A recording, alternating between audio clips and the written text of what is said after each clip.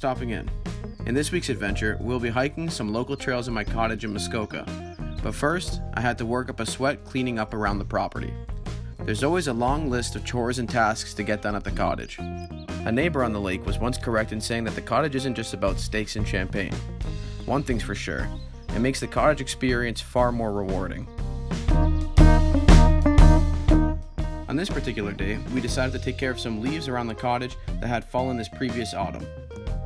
We always prefer to leave a little bit of organic duffing on the floor after raking to help keep the forest healthy and well fertilized. But after putting in a few hours of work, I decided to call it and start my first hike of the weekend.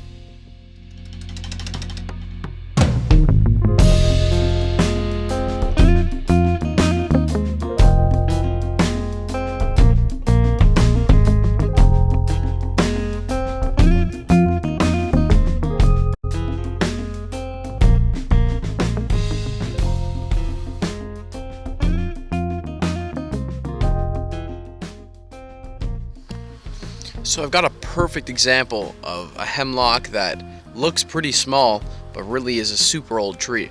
And it's right over here on the ground beside me. It's a stump. This was cut down by the previous owner.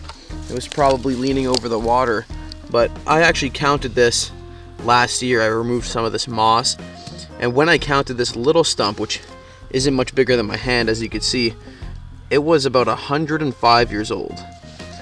Not very often do you see trees that are 105 years old, smaller than your foot. With that being said, how old are these trees that are 2, 3, sometimes even 4 times the size of it?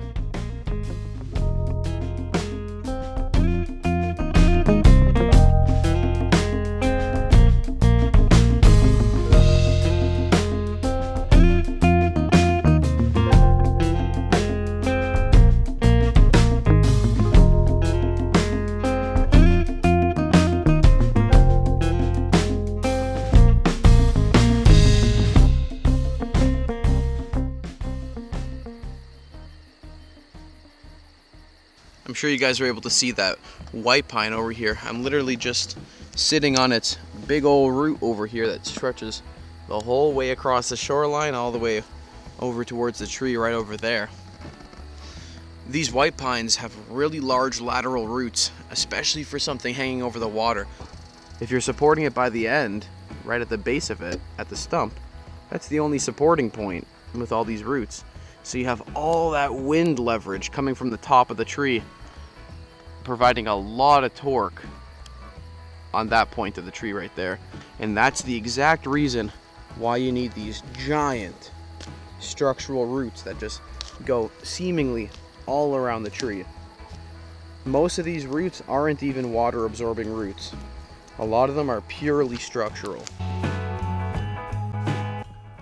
We ended up hiking for about 2 hours. We followed an old cottage road for a little bit, then I hopped into the bush a few times to check out some interesting trees and some cool lookout points. And it wouldn't be spring if we didn't find some giant patches of leeks.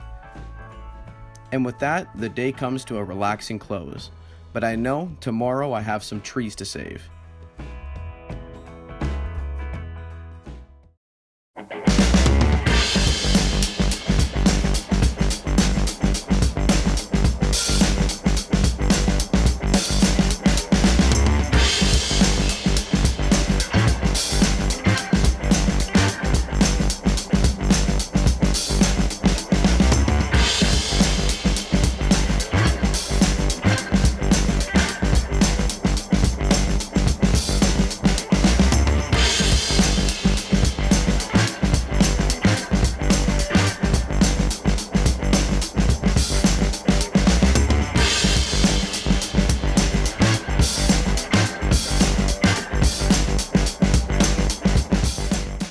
There are some old hemlocks that line my driveway, and for years the snowplow has been pushing the road wider and wider, burying the surrounding trees in the process. Piling anything around the base of these trees is bad for the health, including soil and mulch, even though it's organic.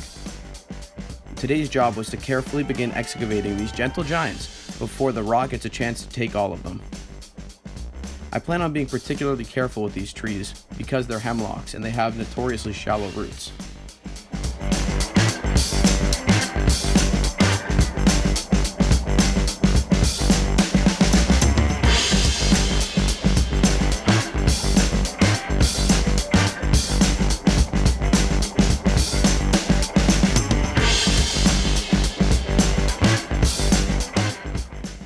But until next time, keep living wild.